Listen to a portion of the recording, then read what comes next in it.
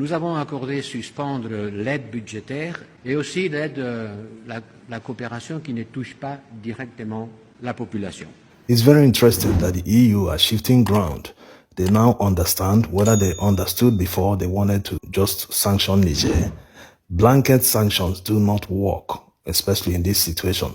When you say you want to help someone, that you want to bring humanitarian aid to a country, and all of a sudden their government changes, and you say you're withdrawing everything, that means it wasn't about the poor people in the first place, because their situation didn't change because of the change of government. So the EU Vice President on Foreign Affairs and Security Policy, Mr. Joseph Fontels, saying that they will now continue humanitarian aid in Niger instead of withdrawing everything is a welcome development. They will now push for targeted sanctions as recommended by Germany. These sanctions will target the main actors in the military coup in Niger. Yes, they call it aid, but it looks like money given under certain conditions. It's like money that is used to buy an interest. And if those conditions and interests no longer exist, they will withdraw that money. The worst part is that the EU and other foreign donor agencies have a different standard for Africa, because there are countries where they operate in where the situation is worse than what is found in Niger today. No need mentioning these countries, but some of them are under dictatorships. But the donor agencies do not in any way interfere in their political future or try to force them to operate a particular type of government. So it looks somehow that they want to hold Africa to a certain standard, whereas other countries are not even giving any standard at all. They just go there based on charity to help poor people. Why is it not the same in Africa or Niger in this case? Blanket sanctions can be counterproductive. They always make the people rally behind their leader, whoever the leader is, whether he came to power through the back door or whatever. It brings out true patriotism in citizens because they will feel like people are just attacking them for nothing, that they did nothing wrong. Many of the citizens do not understand international politics. Some are not even educated. They do not understand what their country did or their leader to come under massive sanctions. So most of the time, the leaders use the sanctions as an excuse to cover their failures and rally the citizens to be patriotic and defend their country.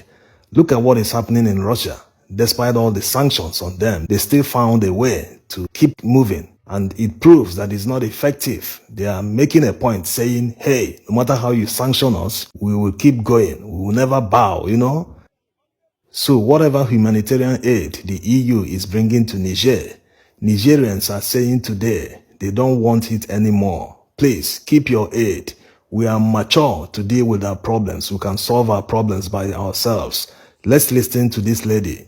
On est là déterminés, on ne bougera pas sans qu'ils ne quittent ce pays-là. Ils veulent nous aider. Nous, on dit qu'on n'a plus besoin de leur aide. Donc, ils n'ont qu'à comprendre si réellement c'est de l'aide. La personne aidée dit qu'elle ne veut plus de ton aide. Mais tu plies bagage, tu t'en vas. C'est pas obligé. L'aide, si c'est réellement une aide, elle n'est pas obligatoire. Elle est négociée. Donc, on n'en veut plus. Ils n'ont qu'à partir, nous laisser notre pays. On sait se gérer. On est assez mature pour se gérer. Yes, that's the sentiments in Niger. They feel that people are exploiting them in the guise of humanitarian aid. So they are now telling all donor agencies openly, please keep your money. Let us solve our problems ourselves. That's why they are protesting at the French military base, in front of their embassy, everywhere. In fact, they held an all-night protest in front of the military base, telling them to pack their things and leave their country. Maybe it's because of the standard that they hold Niger or Africans at large. They overreacted to the military coup in Niger. Granted that many felt that the Nigerian military didn't have enough reason to remove Bazoum from power. But what has happened has happened. They are even playing the politics better than many people, including Bazoum himself. Look at all the people they are mobilizing. Where are supporters of Bazoum? Why are they not protesting for his release? Let them come out and protest. That would be a good test for the military regime to know if they will disperse them forcefully or allow them to protest freely like it's supposed to be in a democracy, though they are not in a democracy.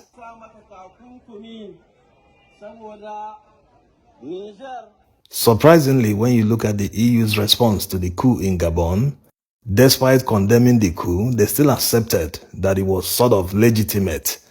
The vice president said that there were legitimate concerns about the election, that the coup happened after an election that was full of irregularities.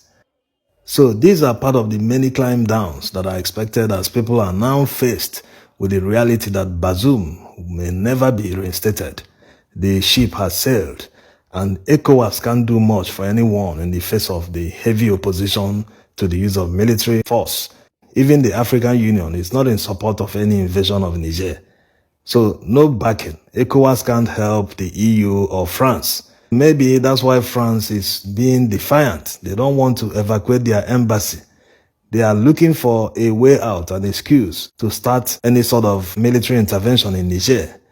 Because the protest is very clear. They have been telling them at their military base, leave us alone, leave Niger, go back to your country. How else can they pass the message? At what level will the disgrace be too much for France to take so that they will shamefully go back to their country? Because it's become very obvious that they are now looking for trouble. It has reached a stage that France can be accused of invading Niger. Imagine the military are now quoting articles of Vienna Convention, that they followed Article 9 of Vienna Convention on diplomatic relations, that they followed all the due process to strip their ambassador of diplomatic rights and annul his visa. That's why the police are now searching all vehicles leaving the French embassy in Niger. In spite of all this, Macron insists that they will not evacuate the embassy, that the ambassador will not leave. Macron is also aware that ECOWAS can no longer help him to invade Niger. Maybe that's why they are trying to provoke the Nigerian military by refusing to evacuate the embassy. Yes, it's very clear they are looking for an excuse to start up something. Look at here where people rush the entrance. Anything might happen. This might escalate very quickly. Why not just evacuate the country? Pack all your equipment, leave the military base and the embassy. The worst part is that Macron is doing all this as if it's the popular opinion in France. He's not even popular at home. Look at people calling for his resignation. Macron, démission! Macron, démission! Macron, démission! This one was a few months ago in another city in France. The problem with Western countries is their mentality and approach to many issues, especially when they are dealing with Africa. It's like they always try to tell it to your face that they have the upper hand.